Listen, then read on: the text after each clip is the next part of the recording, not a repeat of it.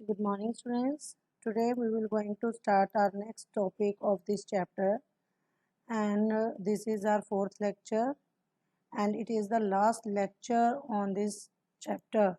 Okay, so let's start.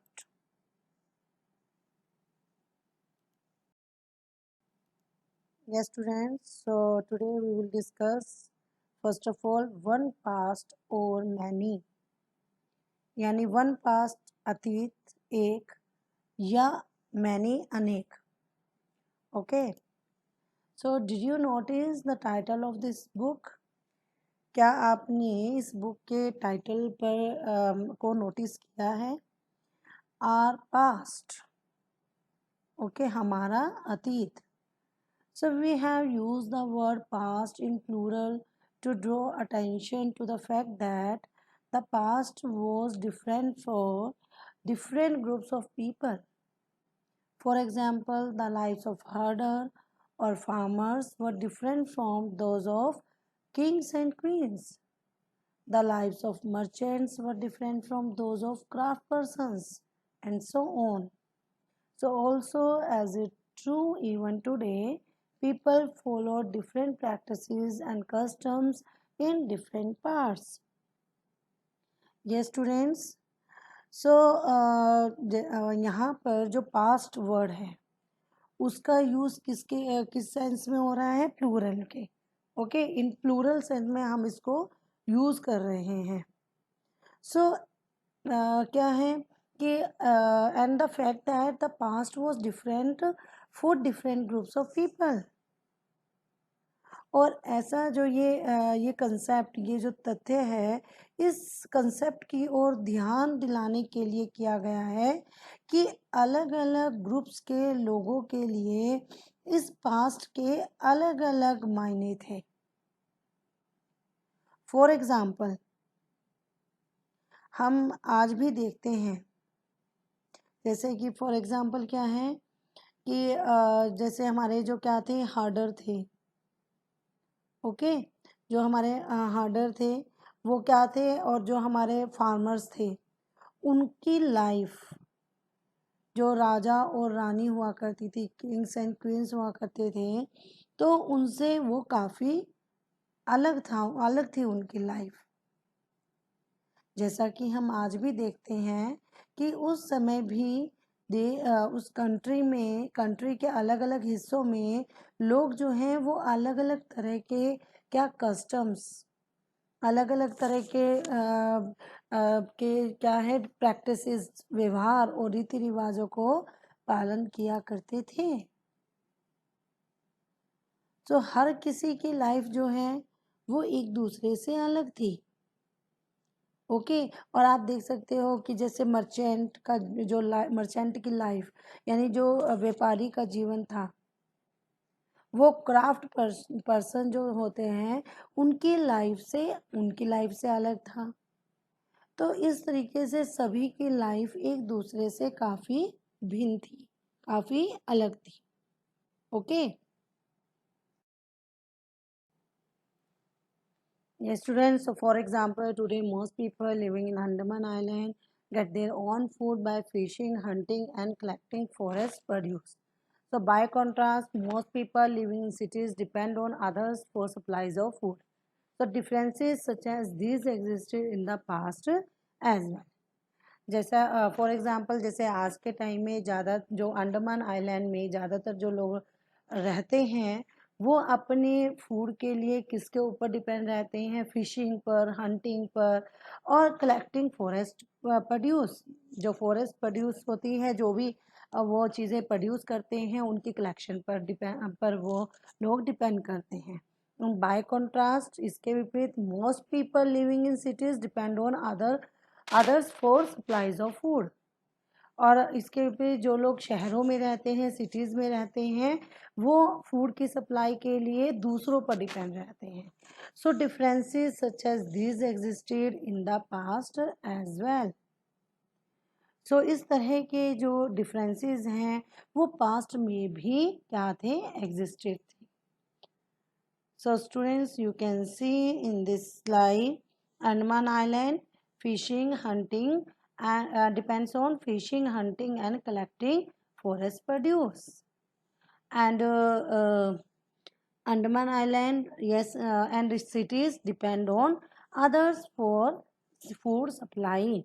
Okay, so now, yes, students. So besides, there is another kind of difference. We know a great deal about kings and the battles they fought because they kept record of their victories. Generally, ordinary people such as hunters, fishing folk, gatherers, farmers, and herders didn't keep record of what they did, while archaeologists help us to find out about their lives. There is much that remain unknown. Yes students, so इस मतलब इसके अतिरिक्त एक और आप क्या है, there is another kind of difference. जैसे उस टाइम पर जो किंग्स हुआ करते थे, जो राजा हुआ करते थे, वो अपने अपनी जो विक्ट्री, अपनी जो विजय होती थी, जो वो जीत जाते थे, तो किसी कोई उन्होंने बैटल लड़ी, उसमें वो जीत गए, तो जिस इस तरह की जो विक्ट्रीज थी उसका वो लेखा जोखा रखा करते थे, उसके रिकॉर्ड रखा करते थे. ओके, और यही कारण था कि हम उन राजाओं के, उन रूलर्स के, उन शासकों के तथा उनके द्वारा जो लड़ी गई लड़ाइयाँ थी, जो बैटल्स थी, उनके बारे में हम काफ़ी कुछ जानते हैं. जबकि दूसरी तरफ जो क्या थे, आम जो ऑर्डनरी पीपल थे, जो आम लोग थे, जैसे जिसमें हंटर्स आ गए आपके, फिशिंग फोक आ गए, गैदरर्स आ गए, फार्मर्स, हर्डर्स, ठीक है, जैसे शिकारी हो गए, ठीक है, आपके जैसे हंटर्स शिकारी हो गए, फिशिंग फोक यानी मछुआरे हो गए, ओके, गैदरर्स जो कलेक्ट करने वाले लोग होते हैं, चीज़ों को कलेक्ट करते हैं, एंड फार्मर्स हो गए आपके, ठीक है, एंड हर्डर हो गए जो पशु पालते हैं. तो वो ऑर्डनरी जो ये पीपल थे, ये एक्चुअली क्या करते थे, ये प्राय अपने जो का अपने जो इनके फंक्शंस होते थे, अपने जो इनके काम होते थे, उनका कोई भी रिकॉर्ड नहीं रखते थे. इसीलिए क्या था कि उस टाइम पर जो आप ये कहो कि तब उस टाइम पर मतलब जो आर्कियोलॉजी थी, उसकी हेल्प से हमें उनके लाइफ को जानने में हेल्प मिलती है. एंड हालांकि अभी भी इनके बारे में बहुत कुछ जानना अभी बाकी है. Okay, now we will discuss what do dates mean. Means तिथियों का मतलब. So if somebody asks you the date, you will probably mention the day, month and year 2000 and something. So students, अगर कोई आज तुमसे डेट के बारे में पूछे, तो शायद तुम उस दिन की डेट या मंथ या ईयर, जैसे कि 2000 या इसी तरीके से और किसी और कोई ईयर के बारे में बताओगे. Okay, so these years are counted from the date generally assigned to the birth of Jesus Christ and the founder of Christianity. और स्टूडेंट्स एक्चुअली जो ये 2000 यानी जो ये ईयर है, इसके काउंटिंग हम जो हमारे क्राइस्ट थे, ईसा मसीह थे, उनके जो कि क्या थे, जो कौन थे, जो फाउंडर थे, क्रिश्चियनिटी के फाउंडर थे, उनके जन्म की तिथि से की जाती है, उनकी जन्म की डेट से की जाती है. Okay, and so 2000 means 2000 years after the birth of Christ. All dates before the birth of Christ are counted backwards and usually have the letters BC before Christ added on. In this book, we will refer to dates going back from the present using 2000 as our starting point.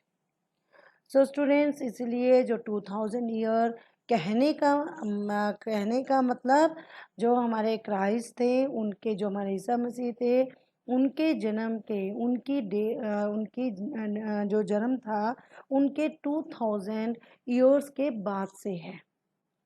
और जो Christ के जन्म के पूर्व उन before, ठीक है, जन्म के पूर्व को सबकी सभी जो डेट्स हैं वो क्या हो जाती है, बीसी यानी बिफोर क्राइस्ट, ईसा से पहले के रूप में जानी जाती हैं। तो इस बुक में हम 2000 को अपना स्टार्टिंग पॉइंट मानते हुए प्रेजेंट से, okay, going back from the present, present से बैक की जो डेट्स हैं उनका हम यहाँ पर क्या करेंगे, उनके बारे में यहाँ हम बताएंगे। Okay, and you can see in this slide, yes, birth of Jesus Christ, before after, so before BC यानी before Christ, after AD, after AD, yes, birth of Jesus Christ after AD यानी anno domini, in the year of the Lord Christ. Okay, so if 2005 is equal to AD 2005. Okay, now yes, this is our last topic, letters with dates. So students, yes, so BC we have seen stands for before Christ. Okay, BC का मतलब अभी जो हमारा ये English में BC है इसका मतलब क्या है, बिफोर क्राइस्ट होता है। And you will sometimes find AD before dates, और कभी कभी तुम डेट्स से पहले क्या देखते हो, AD लिखा हुआ होता है। Okay, so AD this stand for two Latin words anno domini, तो इसका मतलब क्या होता है, एनो डोमिनाई, यानी ये दो लैटिन वर्ड से हैं, तो इसका मतलब क्या हुआ, ईसा मसीही जो हमारे क्राइस्ट हैं उनके जन्म से के वर्ष से, उनके जन्म के वर्ष से है इसका मतलब। Okay, so 2000 meaning in the year of the Lord, that is Christ. So 2012 can also be written as AD 2012. Sometimes CE is used instead of AD and BCE instead of BC. और कई बार आप देखते हो कि क्या होता है हमारे यहाँ पर, हम ये कई बार क्या देखते हैं, हम AD की जगह पर CE, ठीक है, AD की जगह पर CE और BC की जगह पे हम लोग क्या देखते हैं, BCE का यूज करते हैं। जो CE जो ये जो अक्षर का जो यूज है, इट मीन्स ये क्या है, CE common era. Okay, so the letter CE stand for common era and BCE for before common era. Okay, so we use these terms because the Christian era is now used in most countries of the world.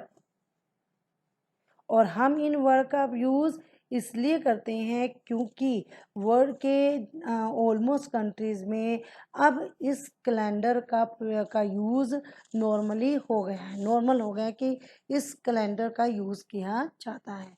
So in India we begin using this form of dating from about 200 years ago, और India में जो dates के इस form का use near about 200 वर्ष पूर्व आरंभ हुआ था।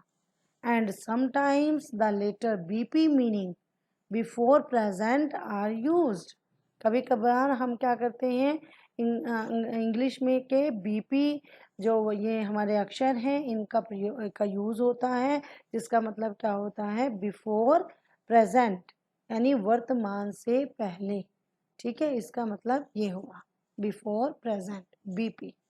Okay, so yes students, so today our chapter is completed. So that's all for today. Have a good day.